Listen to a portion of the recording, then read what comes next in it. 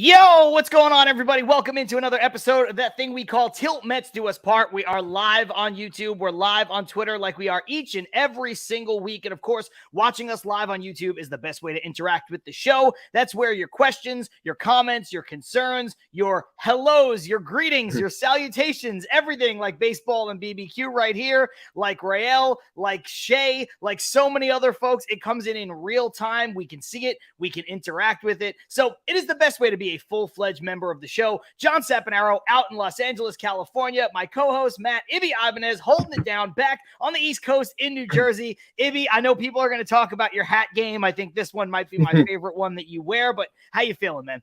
I'm feeling pretty good, John. I had to break out the good vibes hat because I'm feeling pretty good about our Mets. I know we had a little bit of an up and down since the last time we were on with Colorado, and we're coming off of a big win last night against the Phillies, and we'll get into all of that and the Senga goodness and everything and Francisco Álvarez and all the good things. But don't worry, we'll get into all the bitching and the moaning and the complaining and all that fun stuff as well for everyone that joins us today. But I'm excited because not only is it Wednesday and we get to talk Mets, the red lights on, we're ready to go, but we have a guest this week, someone we've been wanting to get on the show for a little bit.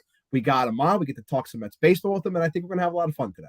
I think we are too. Here's something that's a little concerning before we get to that. Shay saying, John, your mic is echoing like an alien. Then he follows it up by saying both of your mics, actually. Ibby, can you hear me okay? Because I have not changed anything about my setup. And if everybody else in the comments wants to throw in real quick whether or not we sound crazy, Shay, I don't want to put it on you, but it could be your speaker system because I haven't changed a thing. And if you can hear me, Ibby, then I think we're all good. You sound fine to me. Eyesight fine to you? Everything sounds good. Keith Blacknick from the QBC saying mics sound fine. We got a lot of people saying things sound good. So Shay, you might want to check your connection. But check the shit, Shay. We are gonna bring in our guest, somebody who has wanted to have on the show for a while, MLB lead editor over at GameDay.com, and of course, big time Mets fan, Matt Williams. Matt, how you doing, man? Hey, welcome, Matt. Hey, thanks for having me on the show. Yeah, giant Mets fan. Everything Mets first and then everything else second. So even though I'm supposed to be a down the middle baseball analyst, anyone who follows me on Twitter knows that ain't the way I go. I'm very biased and I don't hide it. Listen, that's the best part of it. Listen, you get into working in baseball or working in a sport, right? And I've had friends that tell me like, oh, I just don't root the same, or I just can't get into it the same way. And that blows my mind a little bit because I feel like that's your driving passion to probably get into the sport in the first place, right? So, you maintaining your fandom is, I think, what it should be. The people, I root for players, not for teams. People that are into that, that's cool. I mean, it's baseball. Enjoy it any way you want, but I can't fathom that. I was born a Mets fan. My dad grew up in Binghamton, and then we moved out here to South Jersey. But yeah, it's Mets. And he was like, oh, would you rather your fantasy team or the Mets? Mets. I'd rather the Mets win one. If you said, oh, would you rather win a fantasy championship for the next 5 years or the Mets win a World Series? Oh. I'd rather the Mets win one World Series than win a championship for the next 200 years. And that would guarantee me living 200 years. I want a Mets World Series. Yeah, yes. I completely agree with you. So, everybody who watches this show, we got a lot of people in the comments. It seems like Shay figured out his situation, by the way. Twitter and YouTube were both on at the same time. I appreciate that. If you want to watch us in two places at once, I wouldn't recommend it because you're going to get some audio issues, but I appreciate the commitment there, Shay. Matt, look, we have a lot of great stuff to talk about with our New York Mets, and we were just talking before we went live. We could all sit here and bitch and complain and whine and scream and throw things about the lineup. But I think we're going to take a break from that today. Thank God. Look, Ibby and I are not the type of people that complain about the daily lineups. But what our show has been about the last 3 weeks has been trying to let people know that there is nuance in a 162 game season and that sometimes bench players have to play and sometimes you have to go with analytics. Sometimes you have to go with gut. Sometimes you have to ride the hot hand. There's a million things, right? This is not MLB The Show where they have stamina meters. And if it's full enough, you can play them. Guys get hurt. Guys get a little banged up. So I just want to ask you, as somebody who tweeted out something pretty funny about it the other day, what is your reaction? Baseball's a daily sport. And we all want to play GM. We all like to play manager. That's part of it in our fandom. But what is your reaction to when people are like, I can't believe Francisco Alvarez isn't playing today. He's only 21. He can catch every day. Who cares what happens to his knees? Like, what is your reaction to those people? It's not my knees. I don't care. Yeah. All right. So everyone can be emotional as a fan. Go ahead. I said, go ahead. You can be. That's Twitter is there for everyone to bitch and complain. Don't boo your own players. Like if you're at the stadium, Daniel Vogelbach's getting booed. We all want him released. I want him traded. We love him. We all love Daniel Vogelbach. Cool dude, nice dude, great dude. Shouldn't be on the team. He's on the team. Don't boo him. You want to lose games? You want him to do well. Yeah, bitch and moan about the lineup. Buck seems to be losing his mind, but there's only so much you can do. The roster is what it is. I make jokes about it being Moneyball, and we should trade these guys just so we can't put them in the lineup. Eduardo Escobar's hitting nearly 400 in the month of May. I mean, it's not as bad as everyone seems to think it is. Tommy Pham's had his spots here and there. Mm-hmm. And it's all, we know it's not what we want to be on a daily basis, but we also know the pitching has been the problem, although as of late it's been pretty good. But so my final word, I guess, on the actual lineup is don't worry about it. We were joking before the show. Like, I wish the Mets wouldn't even post the lineup. Just send them out on the field. We'll figure it out that no one can pitch. Yeah. As long as the roster is the way it is, Buck's going to send him out there in an infuriating way. Just get used to it and be happy until they decide finally on which veteran they're going to release, which I think in the end, they'll probably maybe trade Vogelbach for a reliever. Maybe I wish we had Colin Holderman back. That ain't happening. But until they make the decision to remove someone and bring up Mauricio, which if Vogelbach were to leave, Mauricio would come, then there'd be a lot of DH flexibility open. And then things will naturally fall the way everyone wants to. But for now, I don't think it's that the Mets don't want Mauricio up. It's just, they put Guillorme down for a reason. He had the option, and then it's just a cluster. It's still only May, about to turn June. They're going to bring up Mauricio. I mean, he's like forcing their hand here. So yeah, when he comes up, a veteran leaves, and it'll shake itself out. But there's no reason pulling your hair out right now. They're doing pretty well. The pitching. It's getting better. Senga, we'll talk about him obviously, but until they trade for, it's early. It's early in the season.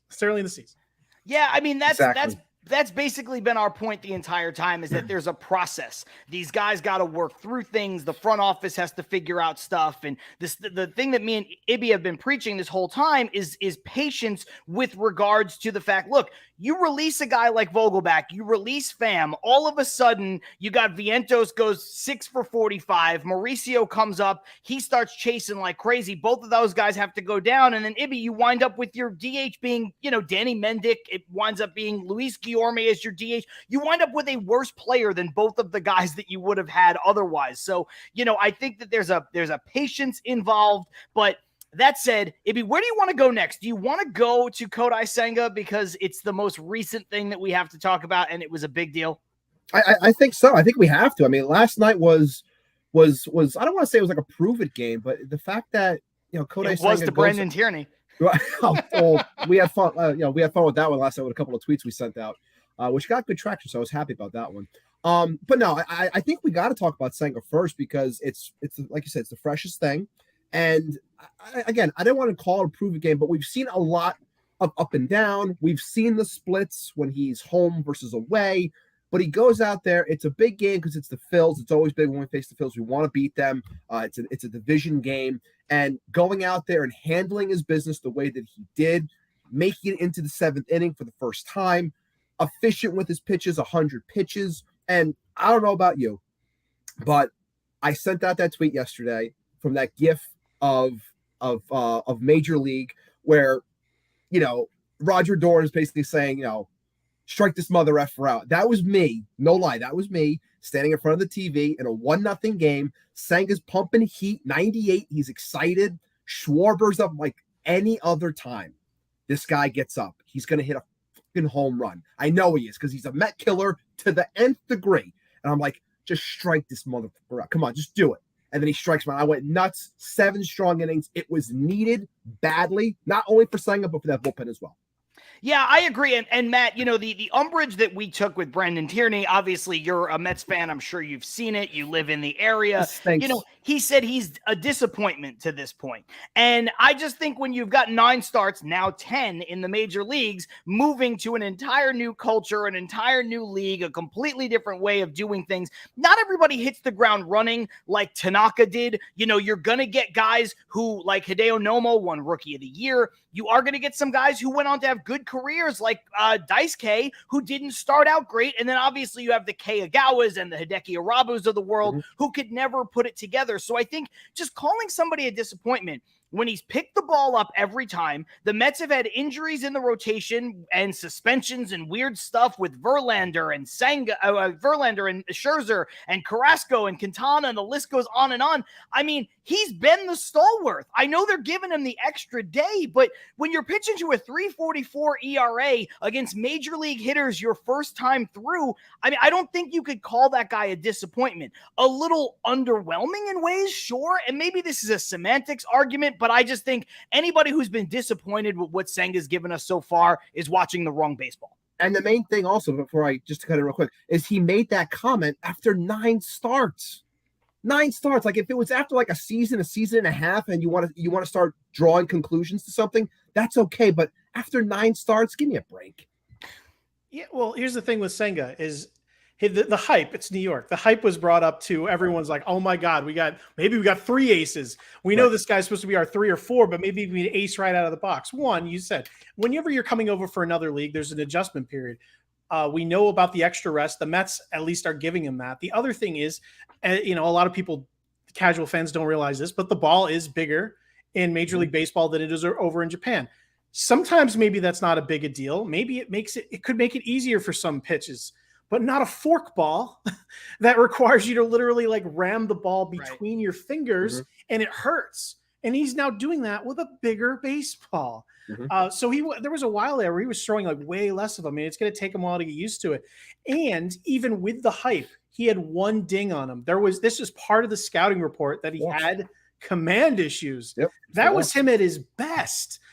So last night with the 0 walks, that's fantastic. I don't want to say grain of salt because, we know, he could be good. I wouldn't, I don't think that maybe that's because we always know he had command problems, but to know that he's like kind of easing into it. Yeah. Ridiculous to ever call him out for being disappointing. He's been our best starting pitcher to this point, and he's had his ups and downs, but a lot of it is that adjustment period. And I think for him to see this gem out of him this kind of early, I'm pretty psyched. And I would bet on him the rest of the way.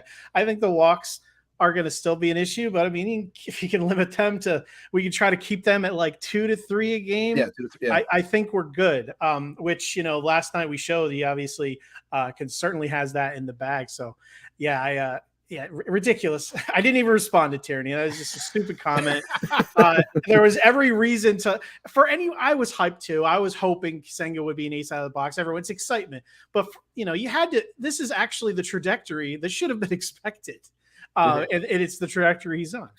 Yeah, no, I totally agree. A lot of comments coming in. Douglas Barnes saying WFAN is useless for sports talk. Tell us how you really feel. Keith Blacknick saying, I hate that Brendan Tierney went to St. John's, which is, just taking that really, really, really personally. Stevie Mack saying something that I always forget to say, hit the like button throughout the show so we know that you like what you're listening to and what you're watching, and also because it helps the algorithm in a way that I don't understand. This is a good comment from earlier. Keith Blacknick saying, to your point, Matt, I hate when fans boo players that are playing and trying. I get when they boo players that don't give their all or have said something publicly where they don't want to be here or they might be on the way out. And I do think that's a very fair distinction to make. And then along those lines, Douglas saying Nito and Vogelback have a week to showcase trade value, and then Epler better get his ass in gear. Douglas is not shy about those opinions. And then breaking news from Keith, Buck just sent out the ice cream vendor at DH. So all right, there we go. All right. Look, you make a great point when you say it, Matt, because he has been, Senga, that is, our best pitcher to this point in the season. And I don't think that if the Mets ultimately want to get to where they hope to get to, that trend is going to continue. I think they're going to need Verlander to be Verlander, and I think they're going to need Scherzer to be Scherzer. But this is a very telling stat because there's been a big-time argument all season long so far between is the offense futile or is it the starting pitching?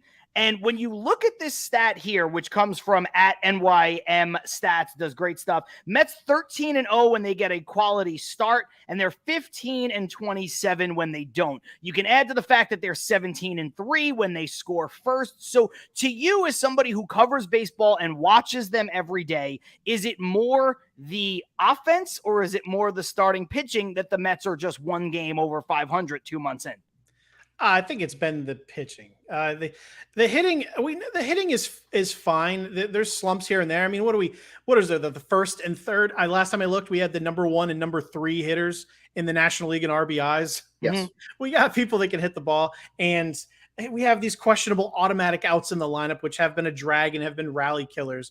So I think it's slight mismanagement of the lineup. We don't want to get down that rabbit hole. But yeah, the pitching is just, I mean, it's not been healthy. And you have, guys going in and out. Verlander finally comes back, looks good out of the gate, falls back. I think that they're going to get on a roll here. Scherzer finally looks like he's starting to go. Senga looks like he's starting to go. They need more pitching though. Peterson apparently is dominating in AAA. I don't care. I don't think anybody does. Yeah, he needs to go. Tyler McGill, I was really excited about him last year. Yeah. I think that he is a good depth piece. I think for a World Series challenging team, he can't be considered someone that you're going into the playoffs looking for him to pitch a game for you either. Jose Quintana, I'm looking forward to seeing you, buddy. We really, a lot of people forgot about him, but we need him so badly. And I wish the Mets could go out there and make a move for a pitcher now in the bullpen or a starting pitcher. And you could maybe in some years where you can go out there and be like, all right, you know what, we're going to make our move now. We know we need it, but there's so much parity with the extra wild card teams. I mean, there's hardly anything. I read the other day, there was only like 8 games replacing the worst team in base, or like the worst team from like the best team in the National League or something crazy. Right. Everyone's in it, except for the Nationals and the A's and maybe one other team. So it's pretty difficult. And I know someone made a comment earlier, just going back to Senga, because we're talking about the pitching, how a lot of people have the issue with he can't bring full value because we're giving him the extra day of rest. I don't think it'll necessarily always be that way. They're giving him that, which I think they should now, because he needs that extra rest from coming over, and we're easing him in. But it's not like we signed him to this multi-year contract. It's not going to be that way forever. It may be that way, maybe for this entire first year. Maybe not. If he gets used to it, he gets built up. They may, start seeing how he does on one last day and test it out. So that's just something, it's nothing we can do. It's the Mets are doing the right thing there. I don't think that, I think if anything, if they tried it right now, it probably wouldn't go very well. So I think that's just something we got to live with. Unfortunately, you see the adverse effects of it more because the rest of the starting pitching, including the bullpen, has been injured and ineffective.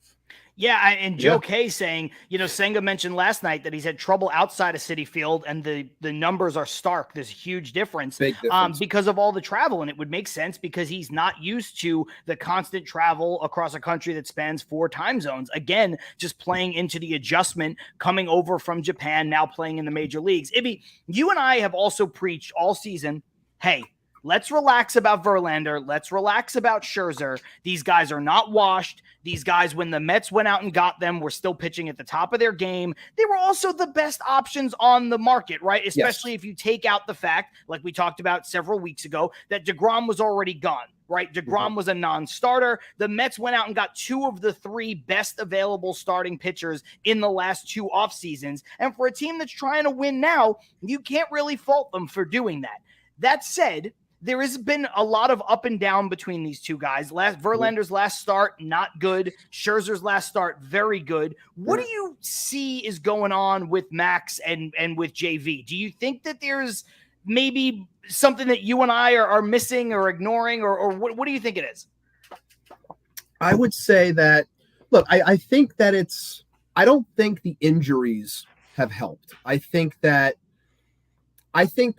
JV's still getting his footing a little bit in a new place. Like, the biggest thing people need to understand is when you get comfortable in a certain environment, like we were just talking about Senga, like you're looking at Justin Verlander, who was coming from a pitching factory with everything. He was comfortable in Houston. He was there for a long time. Now he ventures out, and now he has to try and prove and continue at an older age what he wants to and needs to do in order to really, reach the potential, if you will, of what he's getting paid. Maybe that's weighing on him a little bit. I'm not sure, but I think he's going to be fine. I'm not worried about Justin Verlander. Max Scherzer, on the other hand, I was a little bit worried based off of how he was going and the tacky stuff and the hands and the alcohol nonsense. And then his last 3 starts, I believe he's pitching to a sub-2 ERA. Mm-hmm. And obviously his numbers are coming down. It's starting to regulate back to what we were seeing last year. I think he's starting to get into that groove where he was last year. And I'm not too worried about that. So I know we've been more positive than many when it comes to those two on the show. And moving forward, I'm not going to get off of that side, if you will, from how we've overall felt, because I think JV is still working and getting to the spot that he wants to be. Also, let's remember he started later than he normally would. So I think it's going to continue to get there. I think Scherzer's there. I do. I think I think we're going to start seeing Max moving forward, which is a good thing. Is what this team needs. And like I said, we're not going to see it that often, but I'm just hoping the thing that we do see here and there, especially, maybe over the next month or so, just to try and regulate this bullpen a little bit, is if those guys can, when it's their turn in the rotation and they're up, just make sure that they are giving us those innings. When Verlander went those 8 on Sunday night, that was phenomenal. When we're seeing Max consistently going 6, possibly 7, that is desperately needed for where this pen is right now. That's the biggest thing for me. As long as those guys go out there and they pitch 6, 7 innings here and there, obviously they're going to try and mitigate them and manage them the best that they can. But if they can give us 6 to 7 innings, and even if they're giving up 3 runs, you've done your job. That's what I want, and I think we can get that moving forward. I really do. Couple great comments, that kind of go along with what you just said. Keith saying Verlander needs reps. He hasn't caught up to pitching in May. At this point, James Dowling saying Verlander only had 1 rehab start when usually it's like 2 or 3, and it really speaks volumes to how much the Mets needed him back. So, Matt, I kind of just posed the same question to you because, again, this is something that Ibby and I have talked about a lot, but we've never gotten your take on it. Where was your feeling earlier in the season when it comes to these guys? Were you worried at all? Has that changed to the positive, to the negative over the last, couple weeks in the here and now? No, I loved it. The short-term deals. Everyone seems to conveniently forget about that. Everyone's like, the Mets sign all these old geezers. I actually had somebody tell me, Matt, I'm sorry to interrupt you. Somebody told me on Twitter, and I know it's a cesspool. They were like, this is why short-term deals don't make sense for old guys. And I was like, okay, now you're just pulling stuff out of your ass. Would you rather a long-term deal? Right. Would you rather have Carlos Rodon? Yeah. This is fine. I'm not worried. I mean, after seeing the way it started, Verlander immediately goes down. You're like disheartened, obviously. How can you not? But as you've discussed, as the chat has discussed, I mean, 1 rehab start, no spring training. He's like not even close to ramped up. Right. We saw how him and Scherzer back to back look. I love them. Maybe trying to one up each other a little bit of the old school Detroit. Maybe a little more cooperative version of that relationship. They want to kill each other. Yeah, I'm not worried at all. I mean, Scherzer, he's 3.54 ERA, like a 1.1 WHIP with his bad start. That's where he is now. His expected ERA is 3.64. It's not like he's pitching above or below. He's getting older. His metrics have been slowly declining. We expect a better than a 3.54 ERA, and I think we're going to get that. But he and Verlander are going to need to be, taken care of along the way. There will be innings maintenance, which is, again, we need some bodies that aren't Carlos Carrasco. I love Cookie, but he's done. I think we all know that. Verlander and Scherzer, we just need them. They're going to be in form, and we just need to ramp them down to head into the playoffs where we need them because, I know that you got to get there. And, that's a lot of teams are going to be in it. I have no doubt that we'll be in there in the end. You just need them to be healthy and ready to rock for that. Even if that means taking a back seat and maybe taking the gas pedal off at certain times, you just need them healthy for that because that's when matters. I'm not worried about Scherzer or Verlander. Injuries happen to anybody. Scherzer has gone out of his way to say he knows his body. And I think that's encouraging. We've had some pitchers in the past that didn't know how to do that. But he does it in a way where, I think we can trust him a little bit. And he's definitely looks like he's rounded into form. So, I think between Scherzer, Verlander, Senga, and then you'd think we trade for at least one arm. And then Definitely. And then between McGill, Quintana, I mean, we'll have something worked out. So I think, we're in decent shape here. I think the hitting, will end up getting around. I think we're in decent shape. I think the bullpen is the concern because the pitching is easy enough if we can get healthy. The hitting, Mauricio, who knows with the rookies, but the babies have been doing really well. I confidence there, and we've had some guys that haven't actually completely gone on a hot streak either. So, yeah, my real concern is the bullpen. Edwin, who knows? I'm holding out for that miracle comeback. That Willis Reed moment, maybe a little later. Trots out in September. Yeah, it just comes out, strikes out one batter, and then leaves, and that's all he does. But let's see what happens. But yeah, the David Robertson. But by the way, though, couldn't have asked for anything more from David Robertson. He's been great, but he needs some help. Adam Ottavino, he was so good last year. I can't watch him pitch. It's a nightmare. I think everything's going to get. I can't watch it. I literally do not watch his innings, no matter how well he does. It's a nightmare. But yeah, that slider just hang too much. Yeah. Well, I mean, that's the problem with Ottavino, I think. And I was having this conversation with somebody on Twitter yesterday. I do think he gets a little bit of a bad rep. I do think he's a little underappreciated because, where would we be without him? That said, I like Ottavino a lot more as the 6th, 7th guy than the 8th inning, sometimes closer guy, right? And a lot of it has to do with the fact that he's so slow to the plate. So if somebody gets on, they're automatically going to get second base. And he's so slider heavy. That when he comes in, sometimes it's going to be wipeout and it's going to be unhittable, but sometimes he's going to put guys on. And like Ibby said, you cringe at the moment he might actually hang one. And so, I think he's been good. I like him on this team, but it is a trickle down. And that's also what I've preached to a lot of people, Ibby, on Twitter is none of this stuff exists in a vacuum. People are complaining about the bullpen. And like Matt just brought up, there are issues in the bullpen, but when you go back to the Diaz injury, that kind of set things out of whack right out of the gate. And you and I both loved Robertson, and at least we have him, and Matt just alluded to that. But when you have the Diaz injury coupled with the starting pitchers not going deep in games, the underbelly of your bullpen is going to get exposed. Yes. Most teams don't have good middle relief. A big part of the problem is, we just DFA'd Jimmy Yacobonis, but Jimmy Yacobonis was pitching meaningful innings for the Mets. Tommy Hunter, lots of innings in games where, the Mets are still in it. They're not down by 5-6 runs. They're down 1 or 2 or 3 runs. And then they'll come in and they throw gasoline on the fire because you got a starter like Tyler McGill that goes 4 innings. Yeah. So, none of this stuff exists in a vacuum.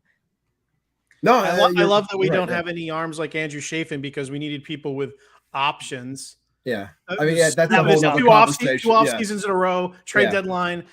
What? Everyone's like, oh, we'll go out and get an arm. Based on what? What makes you think we're going to get an arm? Yeah. I think, I don't know what it is, but why? Why didn't we sign Andrew Chafin? I don't know why we did. I don't know. I really don't know. Everyone wants to get on the Arizona. But everyone wants to complain about Verlander, or everyone wants to complain about the lineup. Yeah, why don't we have more relief pitchers? We spend all this money. And again, I always said to all my friends, me and my dad talk about it when Cohen came. I don't having him. I wasn't like, oh God, we're going to have this $500 million payroll. That's not what excited me. What excited me was not being penny pinched anymore. Yes. Getting the best bench, getting the best bullpen, those things that can rather than sign a $40 million player, we're just going to overspend a little bit on all the players in the, those medium areas. Right. And we haven't done that, which is bizarre. I mean, I don't know. Cohen's just, he's just trusting his general manager. Mm-hmm. But man, I wish he would just go to him and be like, just get the people at the top of the list in these areas where the money doesn't actually add up to that much. Yeah, no, that's entirely fair. Abby, what were you going to say? No, I was just going to continue off of that. I really do think, because we've been alluding to it a lot, and I'm not trying to dive deep because we're still a ways away from the trade deadline and things like that, players that could be acquired and stuff. But we've said it multiple times on the show. We've been saying it on Twitter as well. It just makes too much sense. I would hope that this team is in constant contact with the Chicago White Sox about acquiring some arms that are going to be available that make a lot of sense in the pen as well as the start. It makes too much sense to be talking to them about the Lance Lynns of the world, the Lucas Giolito's of the world, the Liam Hendricks of the world. It makes too much sense, and I think that that's where their focus should be. like if we roll out with another Darren Ruff trade or Darren Ruff-esque trade and say, oh, this could work here. It's like, no, you got to go out. You got to get something. So I that's where I was going with the follow-up to that. But yeah, that's basically that. Let's, before we head into the break, and we will in a couple of minutes, Matt, I want to give you the last word on this, because obviously not only being a Met fan, but also covering the league.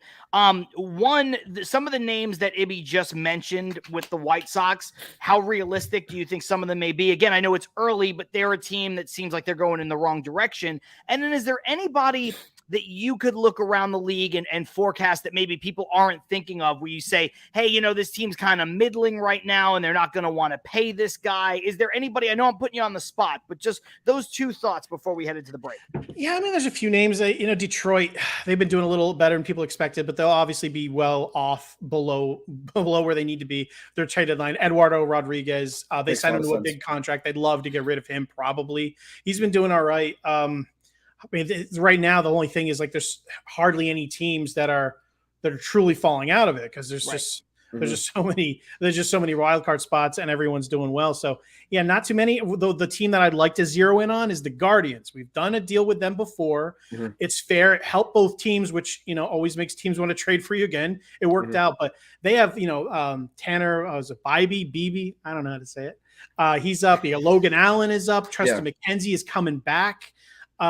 Shane Bieber kind of sucks. I don't really want him, but Aaron Savali, he could be available. They just don't have room. So and it's one of those things, maybe you don't have to trade prospects away. We might be able to trade, not like some Mets fans on WFN, like, oh, we're going to trade our garbage for gold. Right. Maybe we could just trade maybe a little bit of our surplus players, something they could use, throw in a prospect, like work out something that's even. I think we match up with the Guardians well, because they're bringing up their young pitchers and they're here. And when everyone's healthy, they simply do not have enough room. And it's silly to send some of those guys to AAA. So I think, again, Aaron Savali is a really solid name. Yeah, I could see that one. But the thing with, like, the Biebers and the Giolitos, there's only so many good starting pitchers are going to be available, and there'll be a lot of people bidding in on them. So, I think you got to get creative. But I think, the Guardians, I think Eduardo Rodriguez is another one. But again, a lot of people will be there. But because of the money he's owed, we probably are in a decent position if we're just willing to take it. Right. No, that's a good point. That's the one you always have to look at is it's the factor that you mentioned, he's talking about with your dad, the Steve Cohen effect, is just take on the money. Who cares, right? Just take on the money, roll the dice, spend a couple dollars. It's not that big of a deal. We're at 32 minutes, so let's head into the break. We'll come back. We got plenty of stuff to talk about with the Mets. We haven't even touched on Francisco Álvarez, who's been on an absolute tear. Eduardo Escobar, who deserves so many roses right now thrown at his feet. I think Matt brought him up briefly a moment ago. And then, the Mets make a minor trade yesterday for a AAA piece and stuff like that. But anyway, we'll head into the break. Everybody watch it for the first time. It is just a 10-second ad spot that we have to do for the audio version of this show. So you'll be waiting, but you won't be waiting that long. John Sapanaro, Matt Ibby Ibanez, our guest this week, Matt Williams. It's Tilt Mets Do Us Part. We'll be right back.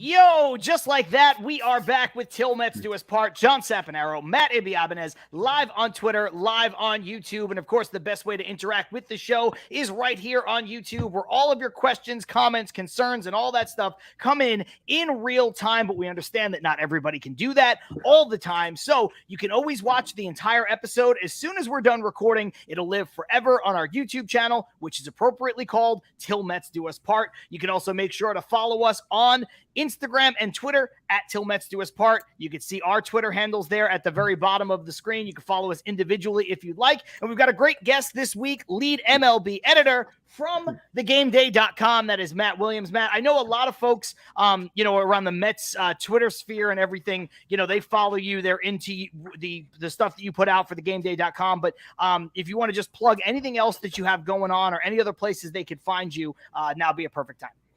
Nah, I'm pretty unlike in the past where I did a lot of things. I'm more centrally located. So thegameday.com, Monday through Friday, you can find all my work.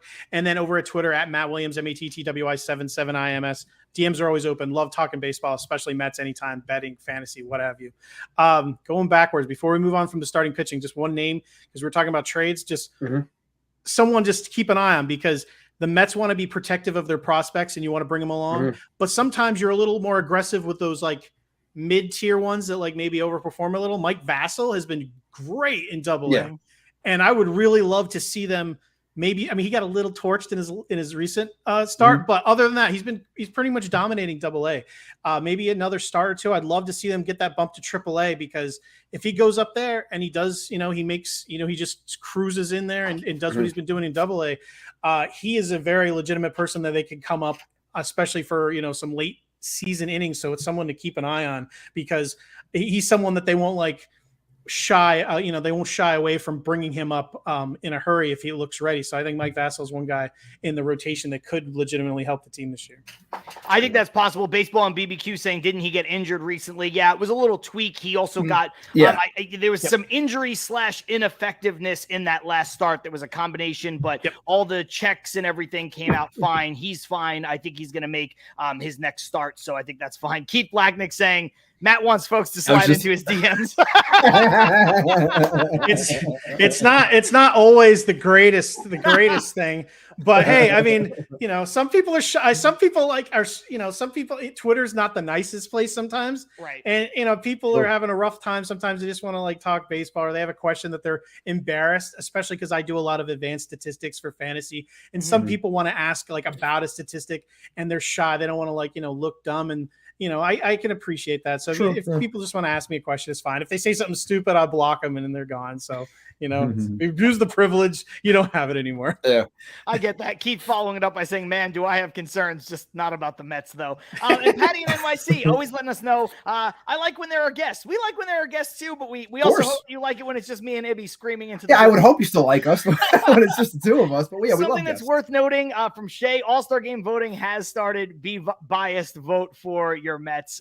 Whether you want to be biased or not, there are certainly a handful of Mets that deserve the all-star selection early on, Pete Alonso and Lindor, and even at this point, Álvarez sneaking into that conversation because he has been awesome according to Baseball and BBQ. And let's segue right there and talk about just how awesome he has been. Matt, I mean, you look at those numbers, that's his totals on the season, over the last month, they're, even better in a smaller sample size, but 259, 537 slugging, 8 home runs. He's now third on the team in home runs, 19 RBIs. The OPS is there, the slugging, the OPS plus, the defense, the pitch framing. And like Ibby pointed out about a month ago, he is 21 years old. And when you look around the league, all of the recent great catchers that are in baseball right now or slightly removed, when they were in their age 21 season, a lot of these guys were in high A ball. And Francisco Álvarez is doing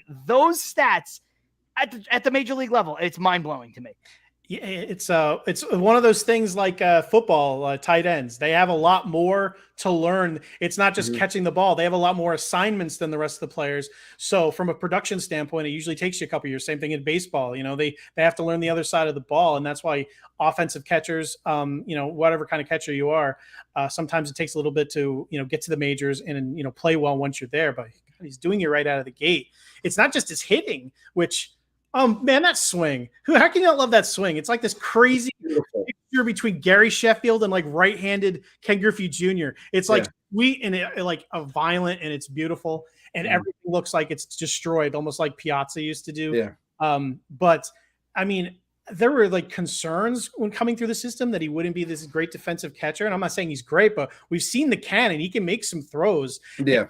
The pitchers say they would have been very disappointed if he got sent down because they love the way he calls games. They said that he's like one of those first in, last to leave guys who's just coming in to look at video, not even for just himself to get an edge hitting, but to, get the edge on the other hitters to call a game correctly. So I said, this guy just at 21 years old, just no one works harder. So it's unbelievable from many standpoints. So when people are going to be talking about rookie in the year later in the year, there's going to be a lot of people that are very deserving. Corbin Carroll will probably to take down.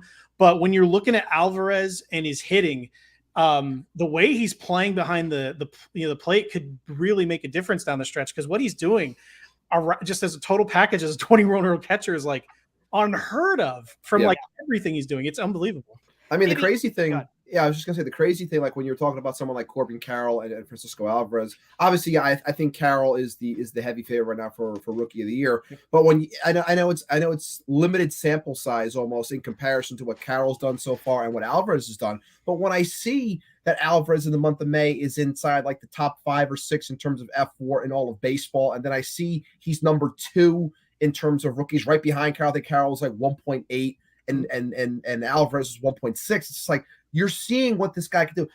So many people, I've seen so many people bitch and moan and complain, as always, on Twitter when it comes, oh, this guy was a number 1 ranked prospect. He's not like they were equating everything on that early going when we on the show kept on saying this guy at every level he went to, once he got promoted to the next, once he dominated one level and moved to the next, there was a adjustment period. And once he got through that adjustment period, he dominated that level.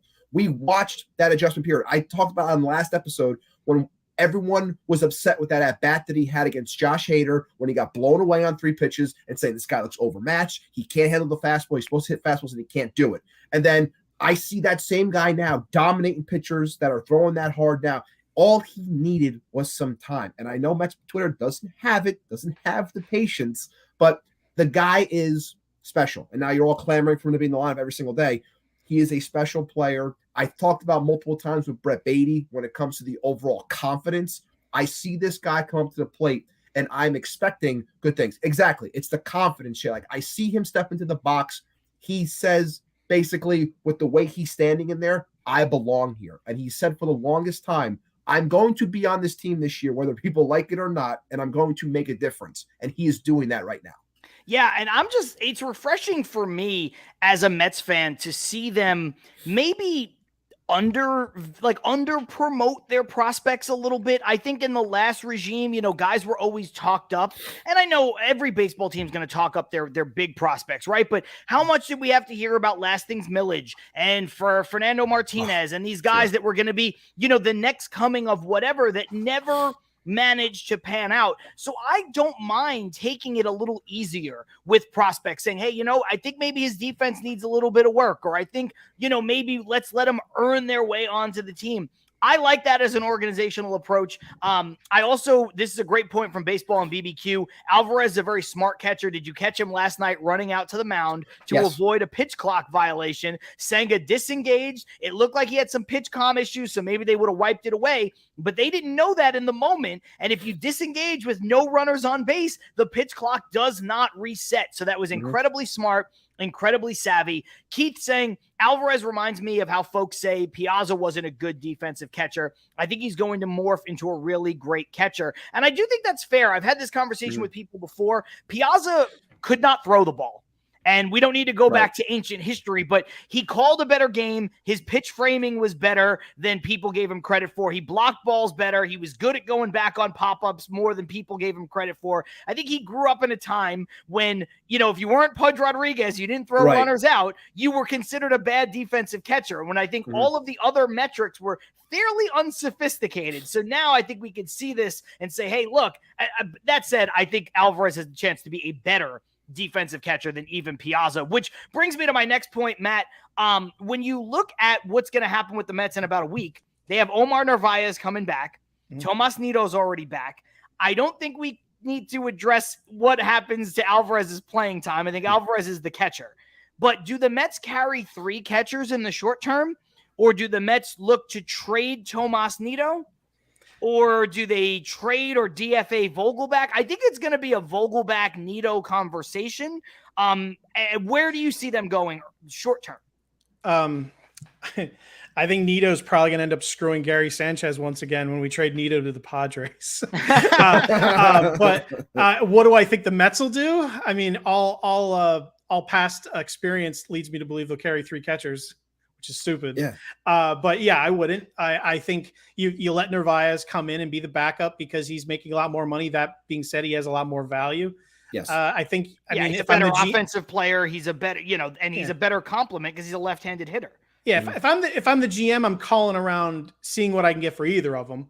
Right. But yeah, Nito's the guy I'm moving for whatever you can get.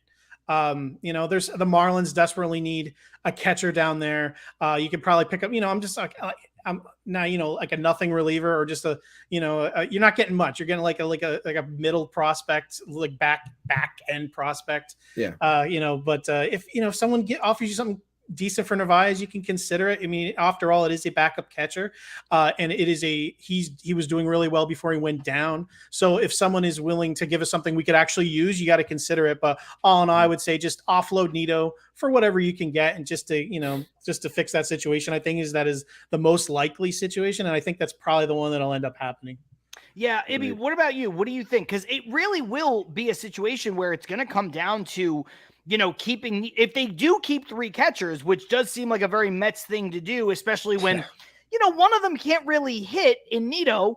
And, Álvarez is young enough where he can play probably more than most catchers at this point, right? You don't want to abuse that, but you've already seen the way that they use him. So, where do you see them going? Joe K brings up an interesting bit here. Don't be surprised if they send down Vientos because he has options. Do you think there's a world where they keep Nito, keep Vogelback, and send down Vientos and give Álvarez at bats at DH? Yes. As much as it's going to piss a lot of people off, and it would piss me off too, because I want to see, and we've said it multiple times over the last 3-4 episodes, that we want Vientos to get more run, but that wouldn't shock me because of the whole options idea. Now, do I think it's stupid to carry 3 catchers, especially one that can't hit? Yes, I think the focus should be on Álvarez playing 5 times a week. I think that should be the focus. And then you supplement those 2 days with another good catcher that can hit, and Omar Narvaez. That makes all the sense in the world to me. And even times where if you wanted to even DH on a certain game, depending on matchups, if you wanted to DH Narvaez, depending on whatever's going on with who they're facing, I could see that happening too, or Álvarez, whatever it may be. But there's no reason to carry all 3. But it will not shock me. It will not shock me, just like I said at the start of the season, that they were not going to have Beatty at the start because they were going to trust the veterans and give them some run first. It will not shock me if they use the excuse of, we want Mark to get some more at bats, and we're going to put him down low. So we're going to carry the 3 catchers for now and let things continue to play out. That wouldn't shock me, but at the same time, I'm with Matt in that it should be. I'll shop both of them with an emphasis on Nito. Can we get anything? Can I get a back end bullpen arm that's just basically a body that I can use when one of my starters only goes 3 innings, and I could toss him in there. Maybe he can give me a couple innings of just keeping my other guys fresh. Like, that's what you're looking at. We're not going to get anything of major value back for them. You could get more for Narvaez, but I think they'd be more keen on dealing someone like Nito to try and just get some sort of body back. That's what I would do, but I'm with Joe K and saying, don't be shocked if Vientos is the one sent down because of the options. The thing is, I wish we could broadcast this, what I'm about to say, out to all of Mets fans. It's don't freak out whatever they do, because there's a clock on what they got to do with catcher, and options give them options, not just for the player, but for themselves. If they even want to trade a catcher, or they still need time trying to figure out, or maybe trying to trade one of the other veteran bats that we need to get rid of, that just buys them time. They can bring Vientos back if they want. It doesn't whatever they do doesn't necessarily mean it's going to be long. So I still think it could be an annoying June as they continue to shake out how the roster is going to be. If they do use the option route, it doesn't even necessarily mean that's what they want to do. It might just be like that just buys them time to figure out what they want to do.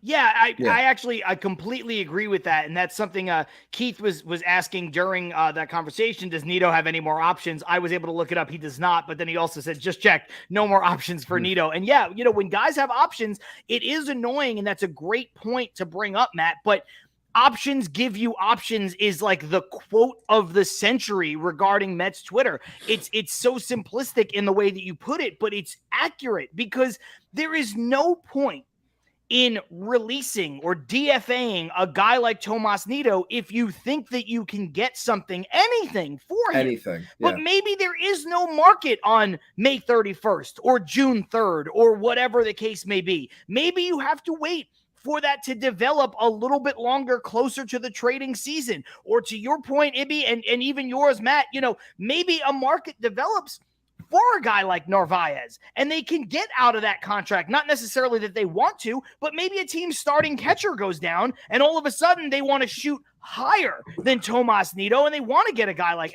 Narvaez. So I think when you look at this, It would be frustrating if they send down Vientos, but I use the same conversation that we're talking about now with the catchers with regards to Vogelback and Pham. I don't think those guys get you much of anything on the trade market either, but it's dumb to just get rid of them for nothing before the trading season even happens, right? Like, I don't understand why people don't get that.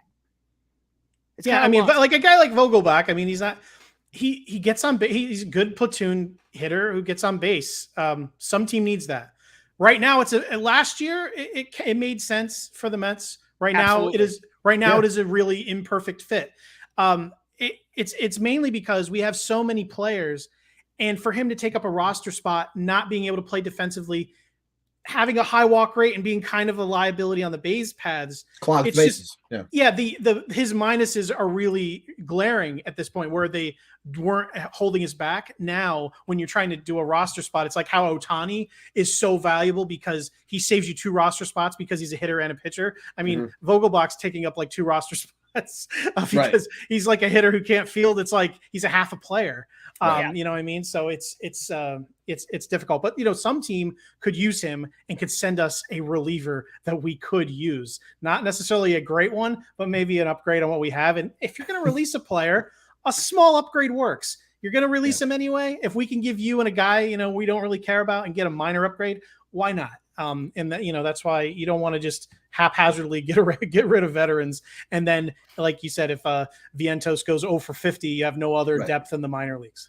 Right. That's a great comment from Joe K. Vogelback has options to either start swinging the bat or get the hell off my team.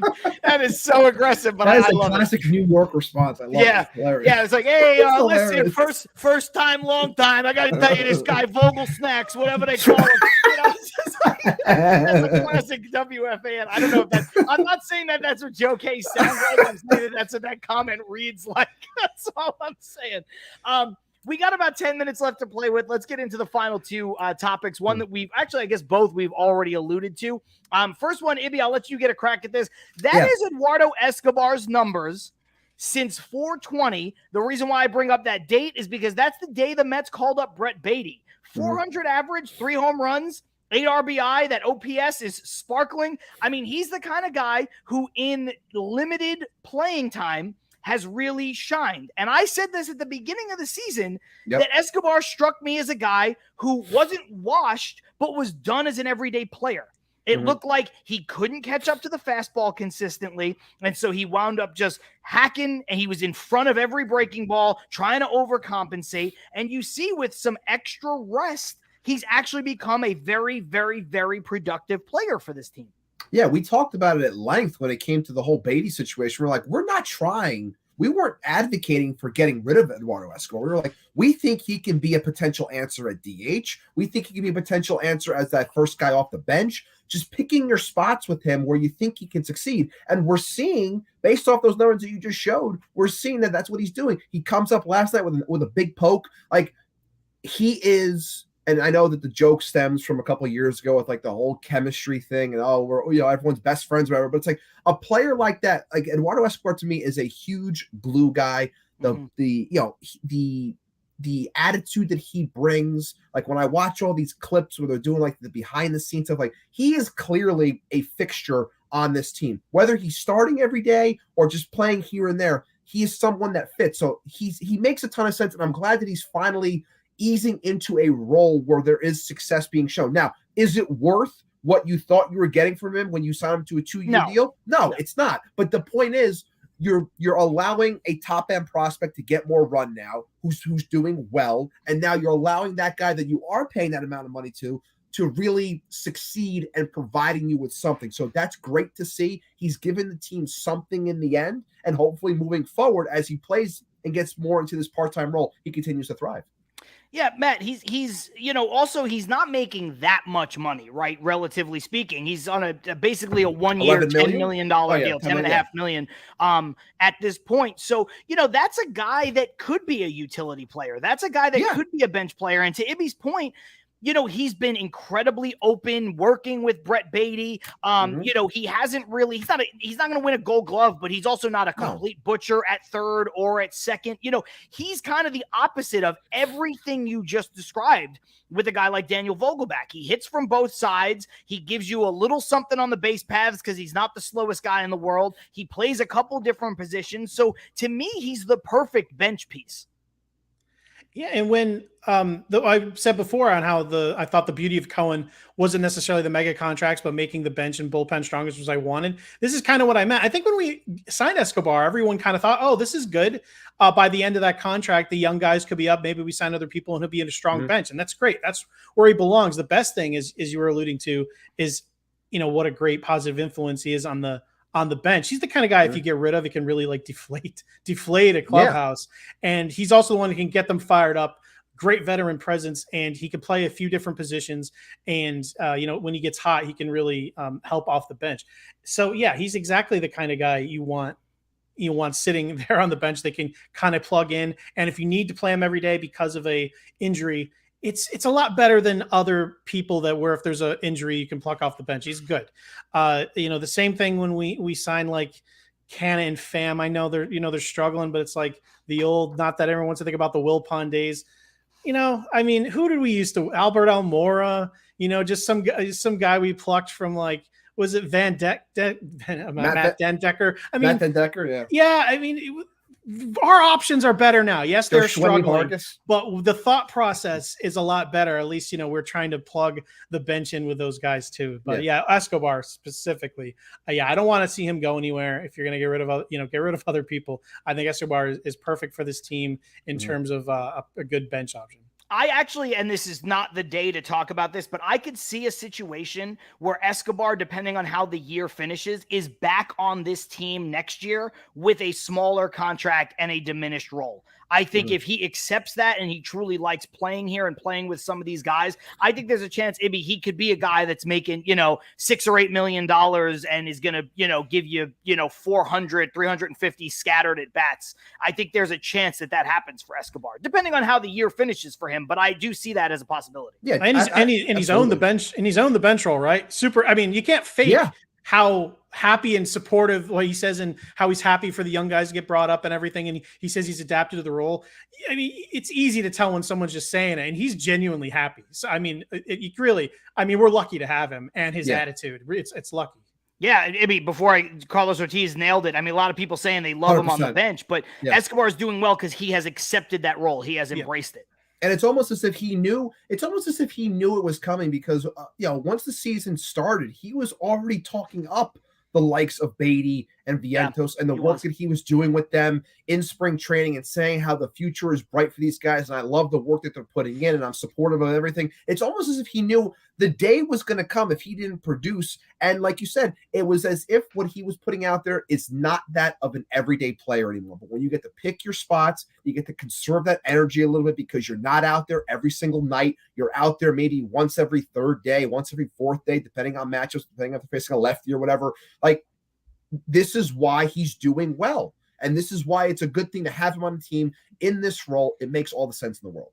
I agree. And, rounding out the conversation, there he is. Look at that guy. Tyler White. I think I played softball against that guy last week. The Mets acquire him from Minnesota. He was in AAA, putting up decent numbers.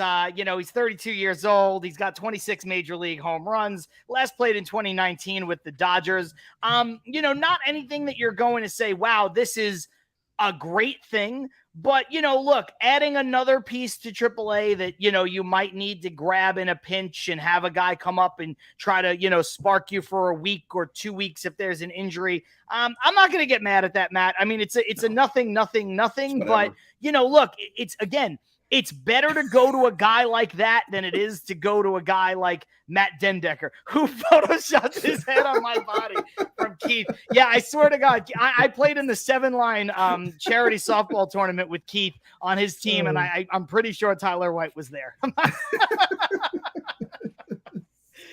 the point you were making, I was just going to say, like, the point you were just making, it's like, it's good to make moves like this, mainly because God forbid something does happen. We've seen situations with this team throughout its history where you're calling people up and you're like, who the hell? Look, I'm not saying anyone's going to know who Tyler White is, but I'm not going to say anyone knows who he is. But the whole point is, it's like, if you're bringing up players that have major league experience, that have some innings at the show under their belt, I'd rather that than this journeyman AAA, AA player that they're calling up and they're like, who the hell is this guy? Yes, they're still going to say that with Tyler White, but at least they can say, well, the last time he was playing in the bigs, it was 2019, it was with the Dodgers, he did this. It's like, you have some sort of experience. Let's hope it doesn't get to that point, but I understand why they make a move like this. I do. And obviously the naysayers are going to be like, keep this guy away from Buck. Buck's going to play him every day. Look, before we get out of here, Matt, I do want to ask you a little bit about that, kind of take the conversation full circle. What are your thoughts on Buck Showalter as a manager for this team?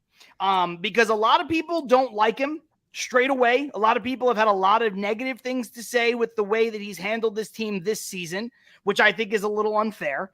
And a lot of people love him. I'm a little bit in the middle ground. I didn't want him before they hired him, but then I admitted that he was kind of the perfect fit for this team. They've won 101 games last year, which I don't think you could throw away the baby with the bathwater on that one. Has he made some confounding head-scratching things this season? Yeah, there's been a couple, but I just don't think every lineup and every pinch hit and every pitching change is a federal case. But what's your thoughts on Showalter? And, because you kind of said something before, and I didn't want to derail the conversation, but it kind of made me think that maybe you're not super thrilled on him.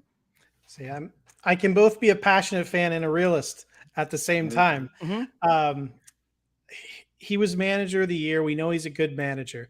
You know what you got when he came here. If you didn't do your research as a fan. Buck Showalter is who he is. He's very stubborn. Mm-hmm. He has embraced some analytics. Some he clearly doesn't understand. He has made some moves that he's Buck Showalter. We're not. He knows more about managing baseball than we do, but he's stubborn. We know that some of these moves are incorrect, but there's some things we don't think about. We're thinking it on the surface of, is this lineup as good as it could be today? But again, he's trying to manage personalities in the background. We know the team loves him. They do the lineup with the handshakes at the end. We know the team loves him, and that's great. No one on the team's about to complain about Buck Showalter. He's trying to get everyone involved. He's trying to keep everyone healthy. We used to be injured constantly, and we really haven't been from, our typical standpoint from position players, and maybe that's because he's wheeling them around. So yes, I'll complain like everyone else. I will say, we mentioned Francisco Álvarez's knees, earlier. Brett Beatty does not need to sit. He is 23 years old. He is not a catcher. I agree. Does not have a split problem. He hits righties and lefties. He does. This guy's a third baseman who is Freddie Freeman. That is who he is. A little less average, a little more power. That's Brett Beatty. That's the kind of guy we think he can be. Play him every day. So yeah, but what are you going to do? Are you going to fire Buck? No, we're not firing Buck. Does he do confusing things like pinch hit for Vientos with Vogelbach with Brett Beatty's on the bench? Does that make you want to pull your hair out? Sure. Why does he do it? I don't know. But he's Buck Showalter, and I think it's part of the deal where he came in. They're like, this is my team. I'm going to handle them the way I want. Steve Cohen's not about to go down there and tell him what to do, probably, and Billy Epler certainly probably doesn't have the balls to do it. So it is what it is. That is the short, sad answer. We as fans can sit here and bitch because, you've got to vet. You got to get it out before you pull your hair out. But he's a smart manager. If the babies continue to hit, they're going to get in the lineup eventually. Álvarez has moved from 9 to 2. He will catch on eventually. When, like I said before, once Mauricio forces his way on the team, eventually they will cut a couple of these veterans, and it will end up shaping up the way I think everyone wants to. If people are hitting the way we think they will, they'll come up. We know we're very upset Vientos is playing every day because, it's easy to struggle when you're not playing every day as a rookie. But again, he hasn't really hit enough to get that. But again, Buck hasn't given him the benefit of the doubt either, and because he's trying to fit all these things in. So it's easy to complain, but there's a lot of things Buck Showalter's dealing with that we don't consider because we don't care because we can't see it. So yeah, do I get frustrated? Sure. Do I think there's things that Buck Showalter is doing that are kind of stupid? Yes. And could I be wrong? Probably. Yeah. But yeah, I trust Buck. He's here. He's not going anywhere for the rest of the season. Everyone's like, fire Buck. He's not being fired in a billion years. So just, for your own health, try to drop it. I know you can't, everybody, but you probably should. Yeah, no, listen, that's what we've been preaching for the last couple of weeks on this show as the Mets have kind of been up and down. It's been, hey, the way you said is I'm a passionate fan, but I'm a realist. Like, I can tell you what I want. I want all the kids here. I want all the kids playing. I can tell you what they're going to do, because this is what competent baseball teams do, is they wait a little while to hedge their bets, like I was saying earlier, because you don't want to put yourself in a spot where you got to send the kid back down and you cut bait with the other guy, and now you have nobody on your team you can turn to. And, I think part of that is the same with Buck. You're not going to fire a manager after he wins 101 games. And do I pray that Steve Cohen circumvents him, goes to Epler on the side, takes him to dinner? Hey, what do you say we trade Vogel back so this stops happening? Yes. Yeah. Don't let Moneyball. Get rid of him. Carlos Pena needs to go. You cannot start who is not here. So yeah, that I'm holding out hope maybe that happens. That would be terrific. Okay. Do you have time for one more question before we let you go? Yeah, go ahead. Okay. What is taking all of those things into account, the Moneyball references, the realism, the passionate fan, all of that. If we go a month from now, fast forward a month from now, or 6 weeks, whatever the math is, this season at some point, what is your ideal lineup for the Mets? Lead off Nemo, then what do we go with? Lindor, Okay. McNeil, Alonso, Alvarez, Beatty, Alvarez. 6, okay. And then we'll go with, what are we going here? I'm like doing this in my head. So I know I put you on the spot. I'm sorry. So we got Nemo, Lindor, McNeil, Pete, Beatty, Alvarez, and then I'd probably go whoever the other outfielder is.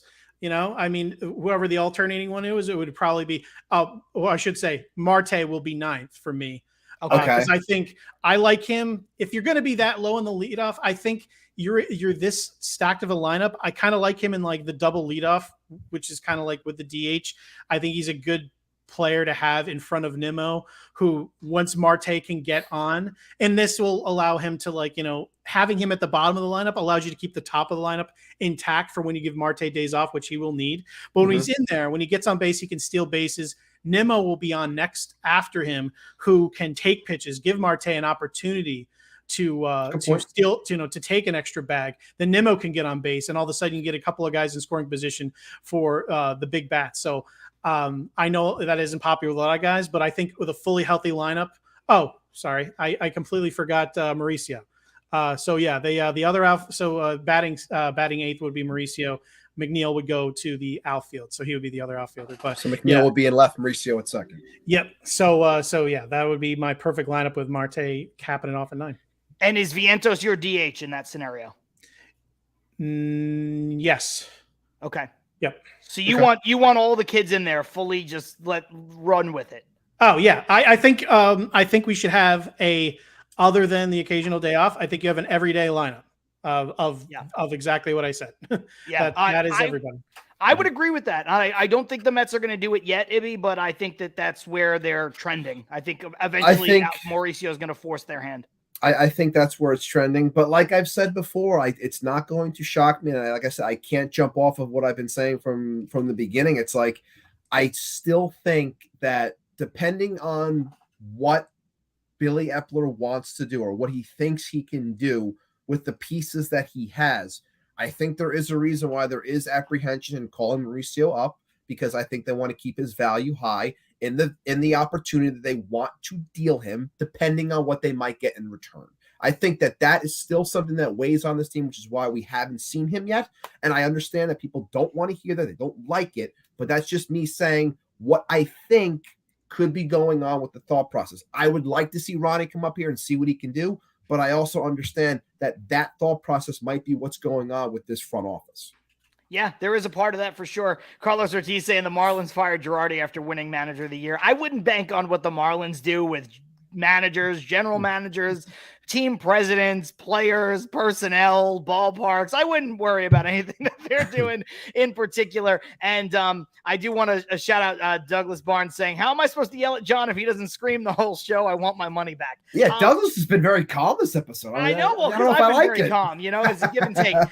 No, that said, this has been a really, really fun episode, Matt. Thank you so much for joining us. Really wanted you on the show for a while.